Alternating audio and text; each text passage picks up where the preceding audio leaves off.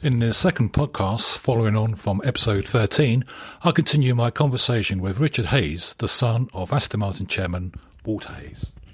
We hear how a Cortina came to be driven down a toboggan run by Jim Clark and Henry Taylor, Walter and Colin's negotiations to persuade Graham Hill to join Team Lotus in 1967, and how later they proposed to encourage Hill to retire, and so much more. I hope you enjoy it. This is the Aston Martin Heritage Podcast with Gary Taylor. The work initially began, on the sort of road car side of things, but Chapman was looking for a Formula One engine, and he had worked with Ford in the past, where he'd run a Ford engine at Indianapolis, and he had approached Ford in the States and said, "Let's go Formula One with the Ford engine," but Ford in America was not interested in Formula One. No. And so when Colin discussed this with Walter, then Walter said, "Well, look, let me try. Let's take a different approach to this." And there was a Ford of Britain at the time was headed by an American engineer called Harley Kopp. And so Walter went to him and said, "Look, let's go for it." And Harley Kopp was very supportive, and so what happened was that Walter put together a proposal, and it was approved, and off they went. And after that, the relationship developed with Lotus and over Formula One, and there were issues. Because Walter really wanted to make Lotus as good as he could, as did Colin. And it wasn't just a matter of bringing a good engine, it was a matter of the drivers. But what happened was that they decided that they would bring, Jim Clark was the Lotus driver, they would bring in Graham Hill. And Ford, father had agreed that Ford would pay retainers to both Jim Clark and Graham Hill, so they were paid by both Lotus and Ford. And at the time, Jim Clark was receiving £5,000 from Ford. So this is a letter of December 1966 from Lotus Cars, Delamere Road, Cheshunt, Hertfordshire. And in it, it says, Colin Chapman writes, "Dear Walter, I was very pleased to have the opportunity of discussing various aspects of our association with you and to have your agreement on the financial sums involved. Briefly, I will restate these as follows." And then he goes through a few items. One of them is that Ford will offer £10,000 as a contribution towards the cost of Graham Hill's agreement to join Lotus from BRM, and that to balance out the situation, the £5,000 that Ford was already paying for Jim Clark would be added, another £5,000 would be added, so Hill and Clark would have the same amount. Mm-hmm. And the money would be paid to Team Lotus and handed over in their entirety to the drivers concerned.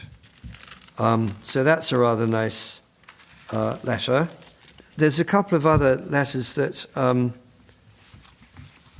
talk about the advice that we talked about that he was known for giving. There's a very sad letter from the 18th of April 1968, just 11 days after the death of Jim Clark, and the letterhead of the company was changed overnight to black. It was green beforehand, wasn't yes. it? Yeah. There you can see. Yes. It's black. And in it, Colin continues to seek father's advice, and he writes, "As a result of the investigation into Jimmy's accident, I've compiled the attached report. I would be very pleased if you would let me know if there's any part of this that you would like to comment on or which you would like to see rephrased." So that's, very, very important issues. And everyone was in it together. And what was interesting was they had such a good relationship that Lotus had an exclusive deal for the Cosworth DFE engine. The DFE being the double four-valve engine? Yes, the double four-valve. That was the Formula 1 engine. The four-valve was the Formula 2. Anyway, Walter and Colin agreed that an exclusive deal with Lotus, but the engine clearly was very, very good. And this was established after just one or two races in 1967. And although there was an agreement that it would be exclusively supplied to Lotus, Walter was concerned that Ford would be accused of spoiling Formula One if they started winning everything. As if that happens. Yes. And can you imagine? That today. So he said to Colin, we're going to have to change our agreement, and you have to allow me to sell engines or supply engines to other teams. And Colin said yes, which is absolutely remarkable. It shows what a racer he was, what a sportsman. And I'm amazed by that. So you thought that maybe, well, perhaps there was some resistance first of all, but then saw the opportunity, as they say, a racer, I'd like to race against other people using the same engine. Well, I think the point was that Ford had done so much for Lotus. They provided the engine sponsorship, they were maintaining the engines, they were helping pay the drivers. I think Colin felt that Ford had a right to make certain demands, and confident enough in his abilities to think we'll take on anybody and beat them even with the same engine. There are a couple of other... Then there's another letter from 1972 where Walter had continued to be in touch and help Lotus.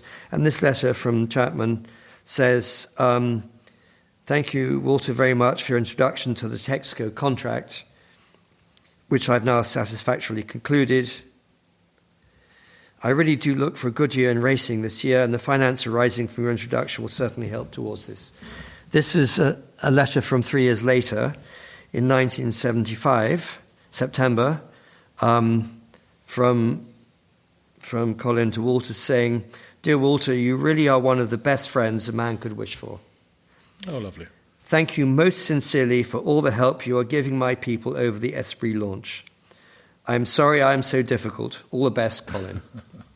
But Colin was a very good man with a very good soul, and there's a letter here. That's interesting because the impression you get he was ruthless, but we're not seeing that.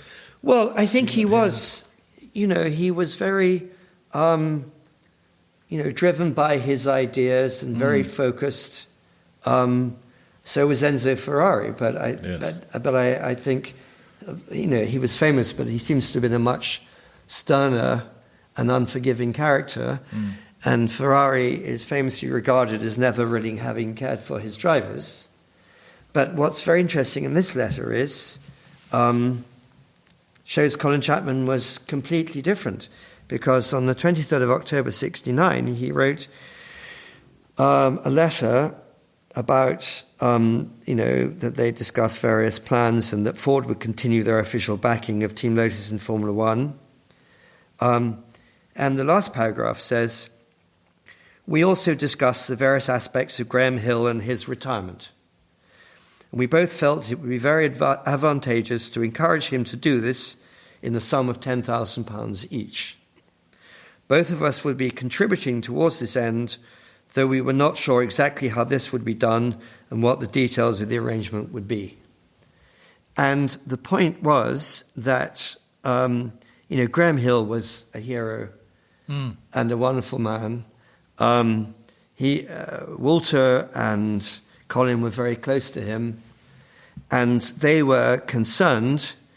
This was a very dangerous time. Yes, it was. In Formula One. Drivers were dying, as we know. And the concern was that having been 2 times world champion, having won, the famous 3, the Le Mans, Indianapolis and Monaco, the concern was that Graham had nothing left to prove, that he was starting to be past his best, and really that the risk wasn't worth it. And therefore, they should encourage him to retire, which they did. But, of course, Graham was an out-and-out racer, so I don't think he didn't retire then. There is a funny story that in 1970, during my very first term at boarding school, there was a BBC documentary about Graham Hill and his plans for the forthcoming season. And my father wrote to me and said, there's this programme on BBC at 9 o'clock next week, and it's all about Graham Hill, and he comes to see me in my office and we have a chat. And my father wrote and said, well, see if you can watch it. So I went to see my housemaster, and I said, sir, can I have permission to stay up late after lights out and watch this programme at 9 o'clock because my father's in it. So I told him about the programme, and the housemaster said, well, Hayes, I can't let you be the only boy to stay up late. The whole dormitory will stay up late. Fair enough. So he walked into the dormitory with me, and there were 12 other boys. Well, I guess that wasn't 13. It must have been 11 other boys. And we didn't really know each other. It was the first time, and everyone was a bit formal, and we called each other by our surnames. And the housemaster said, you're all going to watch this documentary, 45 minutes. It's about Graham Hill, and you're watching it because Hayes' father knows Graham Hill. So everyone was really impressed. Yes. And I thought, wow, I was brimming with pride, and it felt very good. So we went into the TV room, and we sat there, and there is Graham Hill, and there's footage of him winning races, and him in his factory, and then he's getting out of a car at Ford headquarters in Essex, in Brentwood, and he said, and now I'm going to talk to Walter Hayes of Ford, who's been instrumental in my career and such a great help, and we're going to talk about next season. So then you see Graham walking into Walter's office, and he sits down, and Graham says, well, Walter, very nice to see you again, and it's time to talk about me and my racing and make a plan. So what is the plan, Walter? And my father looked at Graham and said, the plan, Graham, is you are retiring. And Graham has this kind of half smile on his face, not a comfortable one, and certainly not the answer he was expecting. And the whole dormitory turned around and looked at me, appalled. Hayes' father is trying to finish Graham Hill's career. Oh, and no. it was not a good PR move for me. And it definitely slowed down the creation of friendships in my first term. Oh, dear. So, anyway, so those are some of the Chapman letters. Then I have one here from Jackie Stewart. Yes. Sorry, this is a podcast, you can't see it. Yeah, well, I can see it, though. Yep. But it's lovely to see these period letters. Well, it's a period letter. It's dated 28th of November 1966. The heading is Jackie Stewart, brackets Dumbuck Limited, Dumbuck Garage, Milton, Dumbarton. The directors of this garage are J.Y. Stewart, H.M. Stewart, J.G. Hunter, brackets managing, J.D. Lyon. And the two brands printed at the bottom are Austin and Jaguar. And the letter is to Walter from Jackie. Firstly, he's thanking very much for the new Zodiac car that he's received as a loan in placing his original Zodiac, which Jackie finds wonderful and much superior. The automatic gearbox is first class, and the general finish of the car is very high. Jackie says he uses it all the time. And the significance of that is that in 1964, Jackie was the British Formula 3 champion, and he was in Scotland. He wanted to go to the London Motor Show, which I think was at Olympia, in about October, because that's where all the sport people were, the drivers, the teams, the companies. And Jackie was a young driver, Formula 3 champion. He wanted to go down and create new opportunities. And he had won for Tyrrell with a Cooper BMC, and he called BMC and said, would they lend him a Mini to drive down to London? And BMC said, no, you can take the train. So Jackie took the train. He walked into Olympia. There was the Ford stand with the big shiny Zodiac, and my father standing next to it. And Jackie walked up, and they started speaking. And Jackie said he knew of my father but hadn't really met or spoken to him. And Walter said, "Well, I know who you are." And he said, "How about this lovely Zodiac? It's got white wall tires. This is really hot stuff. How about I give you one of these and I pay you £500 and you start racing for me?" Oh, lovely. And so that's where it all started. Although that year, Jackie twice raced a Lotus Cortina. Anyway, so what's interesting in this letter is that 2 years later, Jackie is writing to apologize for not accepting Walter's offer of joining Team Lotus for 67. And there was a big campaign to get Jackie into a Lotus. It says here, Colin tried very hard. Henry Taylor, who was an ex-Formula One driver, then competitions manager at Ford, he tried very hard to persuade Jackie. And Jackie was apologizing, saying, "Well, I'm with BRM and I need to give them more time." So what that also tells us is that Jackie was Walter's and everybody's first choice before Graham Hill. Yes. And that because Jackie declined, then Graham got the drive. But it wasn't exactly a terrible compromise for anybody. But it's very nice. He says, "As it's turned out, I'm sure you must be very happy to have both Graham and Jimmy in the same team. And I'd like to take this opportunity wishing you every success in the venture. Obviously, I'll be trying very hard to beat the boys, but I'm sure I'd be trying to beat them in any case, no matter what team they were in." But the amazing thing was, 2 years before, Jackie had actually raced a Formula One Lotus. And what had happened was that there was a Ford promotional event in Cortina d'Ampezzo where Walter had collected all the drivers from around Europe who'd raced and won in Cortinas. And they had this event, special event. And during the course, and two significant things happened. The first was that Walter had said to Henry Taylor, who was an ex-Olympic toboggan guy, he said, "You know, we've got all these journalists, and I don't think we've quite got enough fun packed in. What else can we do?" And then he said to Henry, "I know what. How about driving a Cortina down the toboggan run?" And Henry said, "Well, I'm not sure that's been done, but we could definitely give it a go." There's a very good account of this in Graham Robson's book called Cortinas, Capris and Corsairs. Yes, yes. So hang on, this is quite something. There's somebody suggested taking a Ford Cortina Mark I down a toboggan. Yes, yes. And so Henry Taylor and Jim Clark took it in turns to drive each other down the toboggan run, and it didn't go that well to begin with. No. There were, I think, at one time Jim Clark arrived at the bottom of the run on his roof. And Henry Taylor on another time got into a real tank slapper. And, of course, that means that you're thumping the wall on either side.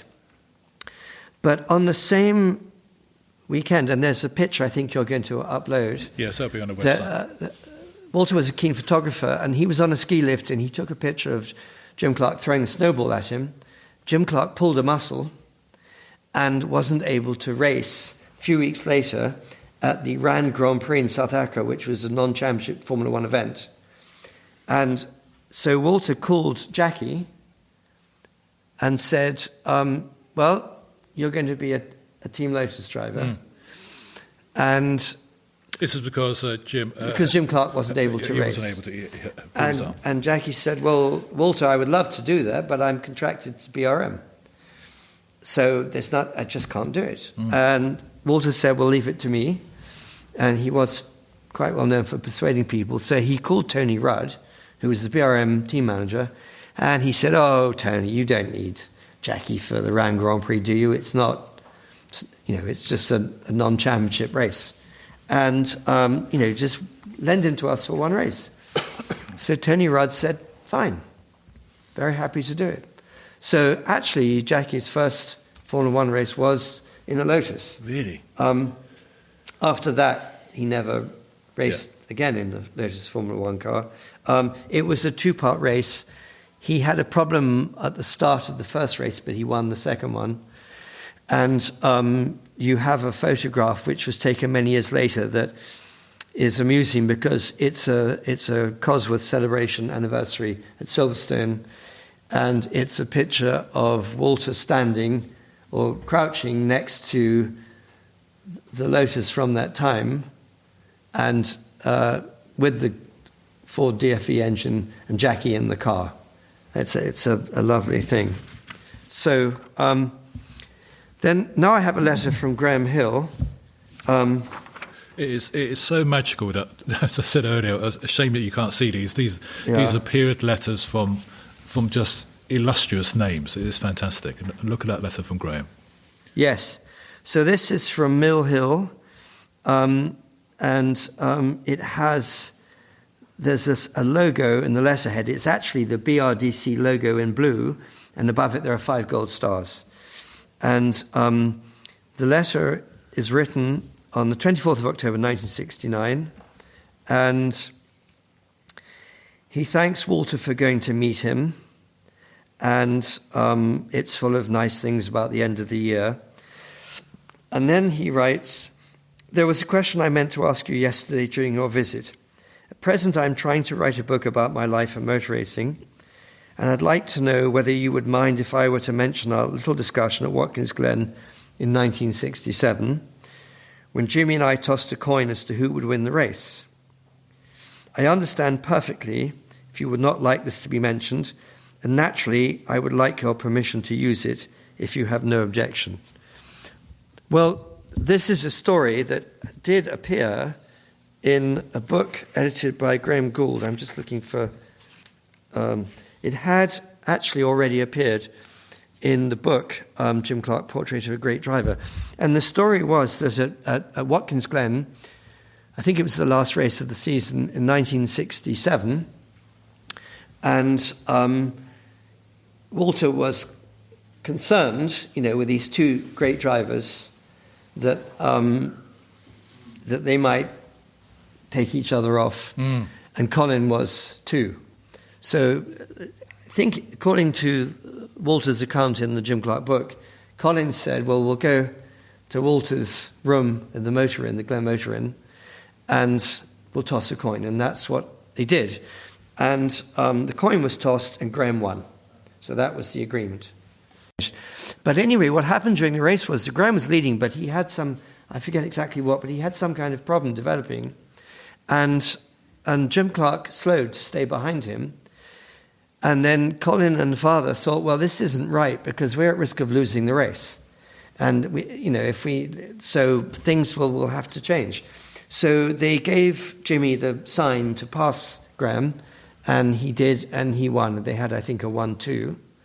And what Walter told me was it was really a marvellous moment when Jimmy came into the pits. He got out of the car, and the very first thing he did was to go and look for Graham and tell him that he'd been instructed to pass him, that he hadn't done it of his own volition. Okay. They were very good together. It was Yes. very important. So that's comes to mind from that letter. Different era. Yeah. And then this, in some ways, is actually my favourite set of letters. Can I just say, I'm looking at these letters now. Sadly, you won't be able to see these on the website because confidentiality, if you like. But they are Copyright, Copyright, yes. Yeah. They are in remarkable condition, these letters, aren't they? Yes. They don't seem to be folded or torn or anything. They are beautifully preserved. Well, they were... I was very close to my father, and we had lots of interests in common, and I grew up, going to races and meeting these drivers, and in those days it was a much smaller world, and if we went to the British Grand Prix, we'd go and sit in Jackie's motorhome before the race and discuss things, and then afterwards you go and find out what happened and why, and And Walter kept all sorts of extraordinary letters and files from all the different things he'd done and the people he'd been with. And for my 40th birthday, he gave me his archive.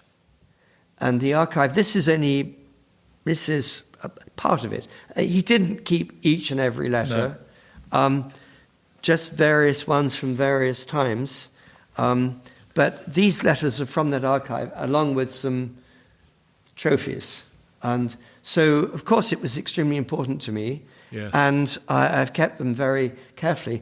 But they've never seen the light of day. They've never been shared. So the fact that you and the Trust have invited me to speak about Walter, I thought, well, this would be a chance to touch motor racing history, come up with things that people might not have heard about or know. For example, that side to Colin Chapman that I've never heard about. No. And to give an insight into Walter. Well, it's been a delight for you to share these documents. And sorry to interrupt, but you said you found a very special and interesting letter there, which you got in front of you. No, this is, in a way, this is like a complete set. These are letters from Emerson Fittipaldi. So in 1969, he was the Brazilian Formula V champion. Yeah. And he wanted to be in Formula One, so he came to England to establish himself and to start in Formula Ford and work his way up, which he did. Remarkably, he was in Formula One within a year. So Walter contacted Emerson, who was living in a place called Bunwell, Norwich, and they met. And these are the letters, and there's a wonderful progression from what do you think about my future to, my God, I can't believe what's happened.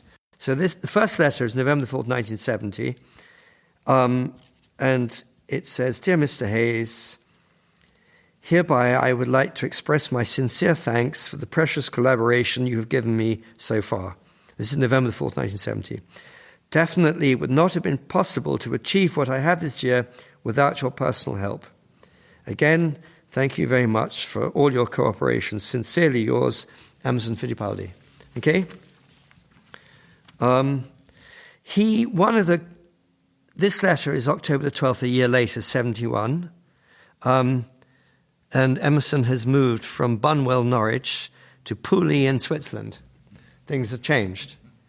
And one of the things that Emerson was contemplating driving for Lotus, but not entirely sure. And he sought Walter's advice. This letter says, Dear Mr. Hayes, I reconsidered your advice, and, as it may be of your knowledge, I renewed my contract with Lotus for another 2 years. And I hope that next year will be very successful for Ford and Lotus. Thank you once again very much for your kind help. Okay? So that's 71. So almost a year later, minus 1 day, October the 11th, 1972, we have an ecstatic letter. Dear Mr. Hayes, now that I won the World Championship, you just cannot imagine how pleased and happy I am. 3 exclamation marks. And I really would like to thank you very much for the continuous help you have given me. Firstly, providing me with a fantastic engine that made my car go really very fast this year. And secondly, for all the advice you've been giving me. I remember very well last year when you told me what decision I should take, and you were just too right about it. I do hope to see you at the 4th stand of the British Motor Show to thank you personally for everything. Unfortunately, I was not very lucky in Canada and US, but anyway, Ford won with Jackie. Best regards, Emerson. Aren't they wonderful? Isn't that amazing? To sit down and write or type that letter. Yes. The letters. Yes. I can't imagine, maybe I'm wrong, that happening these days, but to acknowledge and to thank him. And it's interesting, Formula One drivers, the Lotus drivers had doubts about the cars, but they wanted to win. I think my father told me once, when he was talking to Emerson, he said to him, well, yes, people do worry a bit about Lotus cars, but they worry about every car in Formula One. Formula One is dangerous. Yes. And if you're going to do it in the best car. The next example, and we are getting near the end, is from Max Mosley's autobiography called Formula One and Beyond. And I once had the great privilege, after my father had died, of going to the British Grand Prix as a guest of Sid Watkins, who had been very close to my father and had done all he could to try and help my father with his illness. And Sid Watkins was the Formula One medical chief. He was in charge of all the Formula One medicine, the facilities at the tracks, the liaison with the hospitals. Because it was hopeless at the beginning, and he was brought in by Bernie to raise the game. Yes, I mean in the 60s and 70s, terrible things happened when drivers were injured. Yeah. Famously, when Ronnie Peterson was very badly injured at Monza, the police formed a line, blocked access to him, and Sid Watkins who had been working for Formula One at some time, wasn't allowed to get to him. And, there were ambulances that left the tracks for hospitals, but they didn't know where they were. There was insufficient attention to detail, it was a preparation, planning. I mean, so Sid Watkins, he just took on everything. He would supervise the appointments of which, the medical staff at every track, where they were physically at each corner. He would work out the right sort of doctor to have in the right place. He would liaise with the local hospitals. He single-handedly had the ability to stop a race meeting at any time. He had that authority.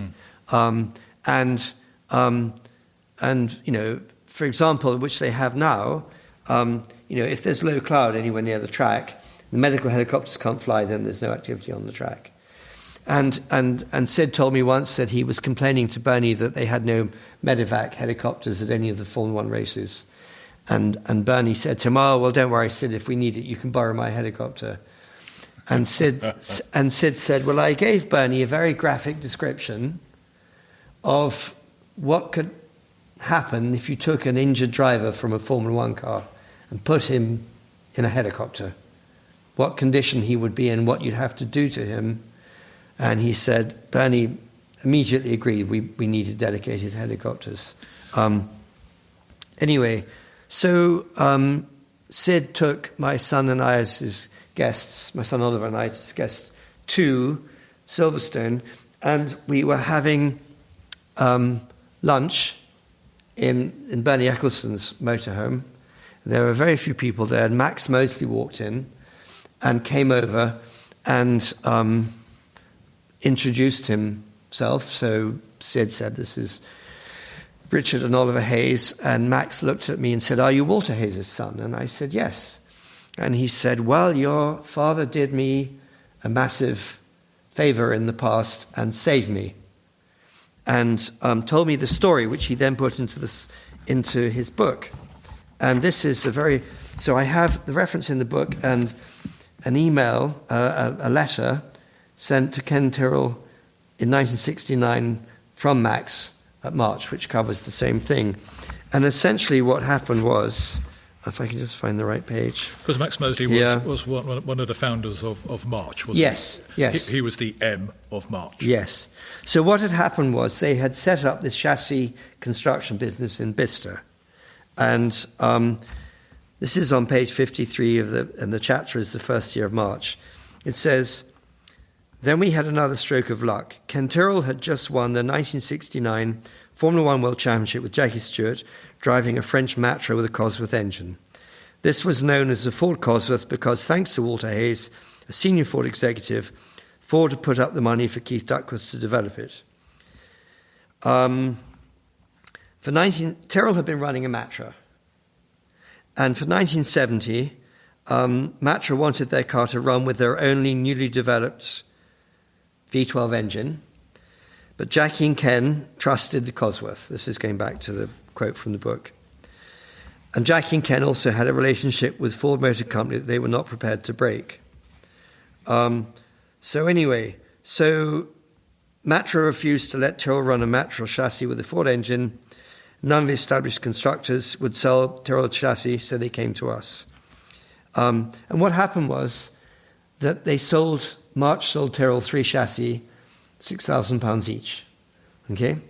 The problem was that there wasn't enough money. They hadn't charged enough, and the business was going to go under. And someone told Max Mosley to go and see Walter because he could offer some advice. So advice again. So Mosley went to see Walter, and he said, Walter said, well, the problem simply is, as you know, you haven't charged enough money. He said, let's raise the price from 6,000 a chassis to 9,000. Okay? And Walter had arranged for Ford to pay for Tyrrell's chassis. And he said, Walter called Robin Hurd and meet his Regent Street office, told us the price was 9,000, not 6. I said, we can't possibly do that. We've agreed 6,000 with Tyrrell. His reply was, leave Ken to me. It's £9,000. So the extra money came through, and as Mosley writes here, if Walter had not done that, March would have folded within the year. Incredible. So somebody else, and that was 1970, so 45 years later, Max is writing about it. And it's beautiful that he remembered that and, yes. and chose to put it in his book. Yes, yes. Walter said to Ken, look, you need a chassis, and these people are very good, and they've made a mistake, So the choice is, you stick to the original contract, and then and they're gone. And Ken was pragmatic. He recognised he was getting it cheap. And also, as Ford was helping Lotus and had some sway with Chapman, and Ford was helping Tyrrell and had sway with Tyrrell. You're listening to the Aston Martin Heritage Podcast. I thought we could end with Henry Ford. This was a very, very, very important relationship for Walter, and also for Henry Ford.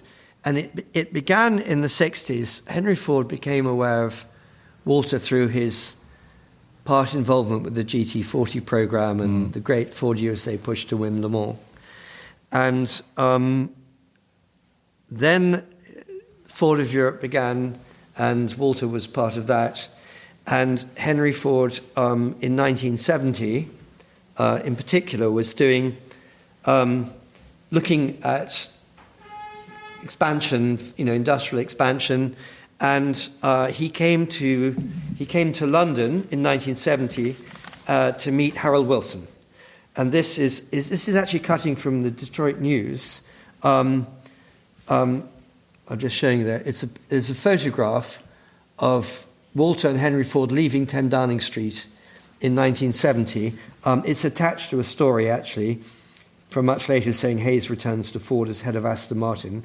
But interestingly, the Detroit News chose to illustrate that with a picture of him and Henry Ford.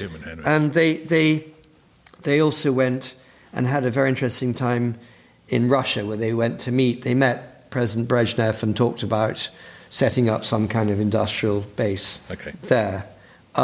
So what happened was that Henry Ford really grew to trust and respect Walter's advice, to call on it for business, for his speeches, for his presentations. And then it moved over into his personal life. And, for example, every year the Ford family had a meeting in Dearborn where Henry Ford would present to the family and to their spouses or partners. As a courtesy, he would, because they were important stockholders, And he would present to them discussing what was happening and why and the future and the products.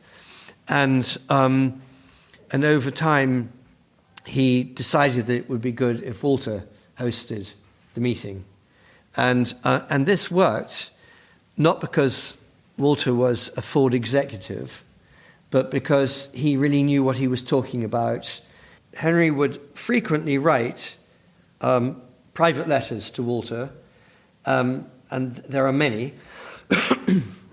And up until 1979, they were always signed Henry Ford II, even if they were talking about quite personal things or they were personal, they were friendly.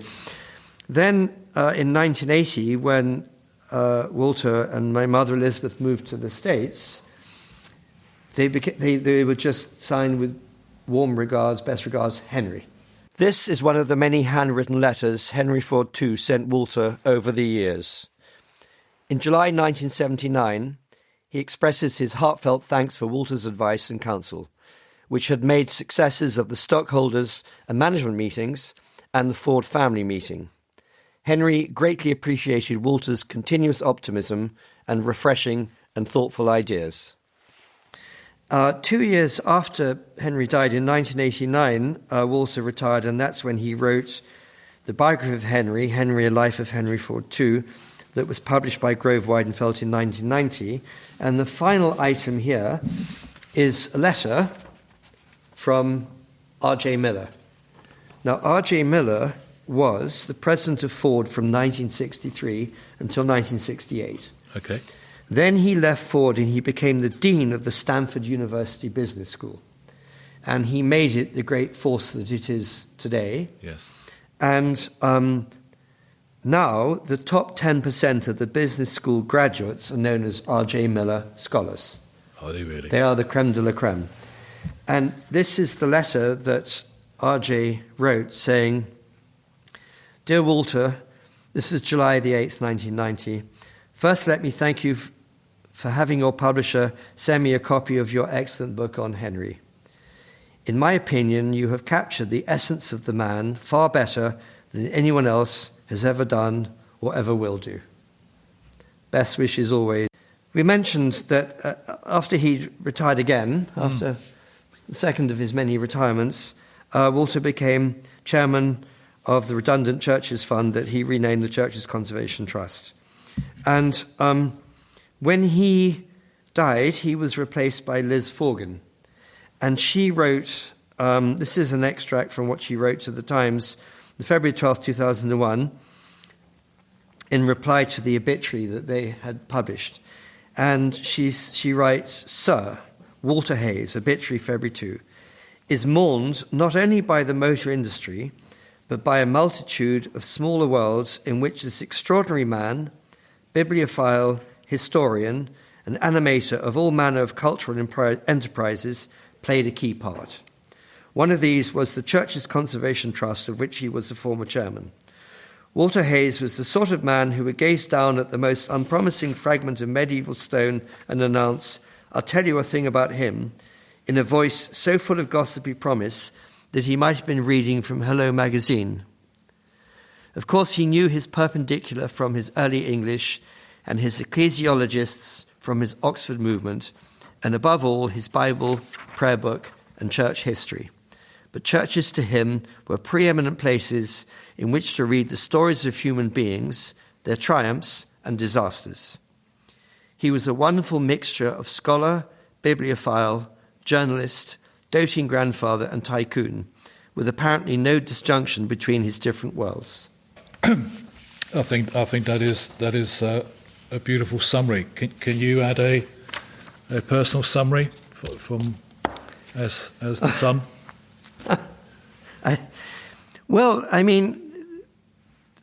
I think what's interesting is you get the feeling that what he achieved couldn't be achieved in the modern world. No. Because the force of his personality and his determination and the early success of some significant programs gave him an authority and a credibility. And, as we know with the Aston Martin DB7, he would take the direct route, or he would take the countryside route if that's what was necessary. And he lived and worked in particular circumstances, many of which he created. But I think now, a maverick like this, the mavericks we have now are at the top, like the Elon Musks and the Jeffrey Bezoses, those kind of people. But until he was Aston Martin, he never was. Well, the newspapers briefly, but he wasn't at the top at Ford. But he persuaded people who were from totally different backgrounds and cultures and took totally different approaches to business and life. He managed to be persuasive. And so it was always a pleasure meeting him and talking to him, because he wasn't dull at any time about anything. Richard, I must thank you for your time in sharing this information, sharing the stories of water. I felt when I approached you on this a while back, I say it was 24 years since the passing of Walter Hayes, and I felt it was time to revisit him, to tell his story, to remind people who he was, beyond the business side of things, but as a person he is. And I want to really thank you very much for that. I also want to thank you very much for continuing to support the Aston Martin Heritage Trust. You're now a council member, which we look at, that's been relaunched, and we're looking forward to sharing some more information and hearing some more stories in the future. Richard, thank you very much. Thank you very much. Finally, as a footnote, in the last few minutes of the podcast, there is a nice irony in the background noise, as it is the sound of a DB7 arriving at the museum, the car which, of course, Walter Hayes conceived and delivered for Aston Martin. You're listening to the Aston Martin Heritage Podcast. Discover more about the story of Aston Martin, the cars, the people, the history, with the Aston Martin Heritage Trust. You're always welcome to visit us at our museum in Oxfordshire, so find out more via amht.org.uk.